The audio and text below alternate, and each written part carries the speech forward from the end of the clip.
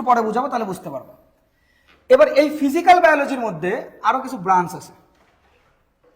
এর মধ্যে প্রথম যে ব্রাঞ্চ আছে তার নাম হলো মরফোলজি।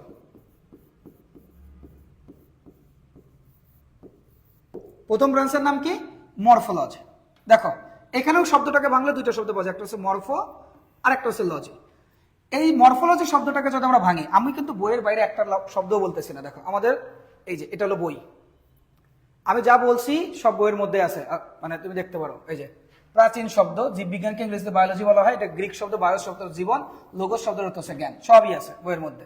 এরপরে দুটো ব্রাঞ্চ আছে, একটা হলো এই যে ভৌত জীববিজ্ঞান, এখানে দেখো এখানে লেখা আছে এই যে মরফোলজি, ঠিক আছে, যেটাকে বাংলায় বলা হয় অঙ্গ সংস্থান বিদ্যা। তো আমরা আগে দেখি এই মরফোলজি শব্দটা কোন জায়গা থেকে আসছে। লজি মানে তো আমরা ইতিমধ্যে জানি, লজি শব্দটা আসছে হচ্ছে লোগোস থেকে, আর মরফো শব্দটা আসছে মরফ, MORPH, মরফ। মরফ শব্দের অর্থ কি? মরফ শব্দের অর্থ হলো স্ট্রাকচার। মরফ শব্দের মেইন জিনিস হচ্ছে শেপ, যার বাংলা অর্থ হলো গঠন অথবা স্ট্রাকচার, অথবা কি স্ট্রাকচার। স্ট্রাকচার মানে কি? শেপ মানে, সরি, শেপ মানে হলো আকার, আর স্ট্রাকচার মানে হলো গঠন। তার মানে তোমার বডির যে কোনো কিছুর বা যে কোনো কিছুর যদি গঠন অথবা আকার বা স্ট্রাকচার বা শেপ নিয়ে যেখানে ডিসকাস করা হয়, সেই জিনিসটাকে বলা হয় কি? মরফোলজি। কিরকম? মনে করো একটা ব্যাকটেরিয়া, এই যে এটা একটা ব্যাকটেরিয়া, এই ব্যাকটেরিয়াটা দেখতে কেমন? গোল। এই ব্যাকটেরিয়া দেখতে গোল বা রাউন্ডেড। এখন রাউন্ডেড ব্যাকটেরিয়াগুলোকে কি বলা হয়? কক্কাস। রাউন্ডেড ব্যাকটেরিয়াগুলোকে কি বলা হয়? কক্কাস।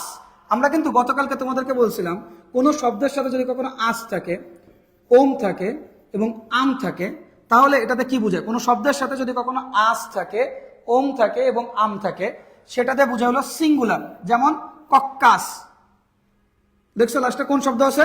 লাস্টে আছে আস, তার মানে এটা কি? এটা হলো সিঙ্গুলার, একটা ব্যাকটেরিয়া বুঝাইছে। কিন্তু এখানে অনেকগুলো ব্যাকটেরিয়া এবং সেগুলো গোল, তখন এখানে ব্যবহার করা হয় কি? কক্কাই। তাহলে কক্কাই মানে হলো অনেকগুলো ব্যাকটেরিয়া বোঝাচ্ছে, রাউন্ড শেপের অনেকগুলো ব্যাকটেরিয়া। আর কক্কাস মানে একটা, যেমন ব্রঙ্কাস, লাস্টে কোন শব্দ আছে? আস, তার মানে এখানে কি? একটা ব্রঙ্কাস। যদি বলে ব্রঙ্কাই, তাহলে কি? এখানে অনেকগুলো ব্রঙ্কাসের কথা বলে। তাহলে এইখানে বলতেছে দেখো, এই যে একটা ব্যাকটেরিয়া দেখতে কেমন? রাউন্ডেড। তা আমি যদি একটা রাউন্ডেড ব্যাকটেরিয়া দেখি, আমি তোমাদেরকে দেখাই, দেখো কক্কাইগুলো দেখতে কেমন হয়, ব্যাকটেরিয়া শেপ।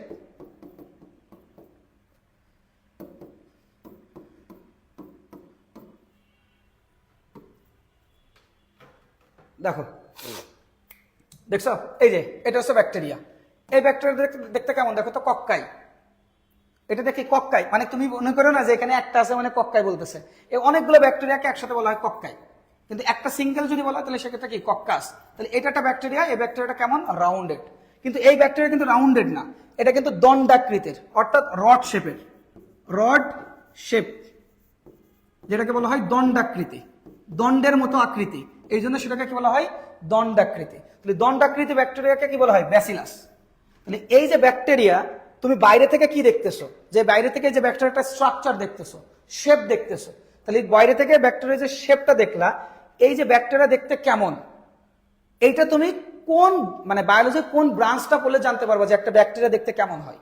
অথবা তুমি চিন্তা করো, আমি শর্ট না লং, হেলদি মানে থিক নাকি থিন, মানে আমার স্ট্রাকচার কেমন, আমার শেপটা কেমন, আমি কি টেট্রাঙ্গুলার মানে চার কোণাকার, নাকি তোমার হচ্ছে ট্রায়াঙ্গুলার তিন কোণা, আমি কেমন, বা যে কোনো জিনিস কেমন, এইটা যখন ডিসকাস করা হয়, যে কোনো জিনিসের শেপ অথবা স্ট্রাকচার, তো তখন সেটা যে ব্রাঞ্চের আলোচনা করা হয় সেটাকে বলা হয় কি? মরফোলজি। তাহলে মরফ শব্দের অর্থ হচ্ছে শেপ বা গঠন, আর লজি শব্দের অর্থ হচ্ছে নলেজ। লজি শব্দের অর্থ কি? নলেজ, নলেজ বা জ্ঞান। তাহলে এবার বলো তো, মরফোলজি মানে কি হবে? যে কোনো কিছুর, তোমার বডির যে কোনো কিছুর সম্পর্কে যে জ্ঞানটা তুমি নিবা, সেটা কিসের জ্ঞান হইতে হবে? আকার আকৃতির জ্ঞান, ঠিক আছে? তখন সেটাকে বলা হয় কি? মরফোলজি।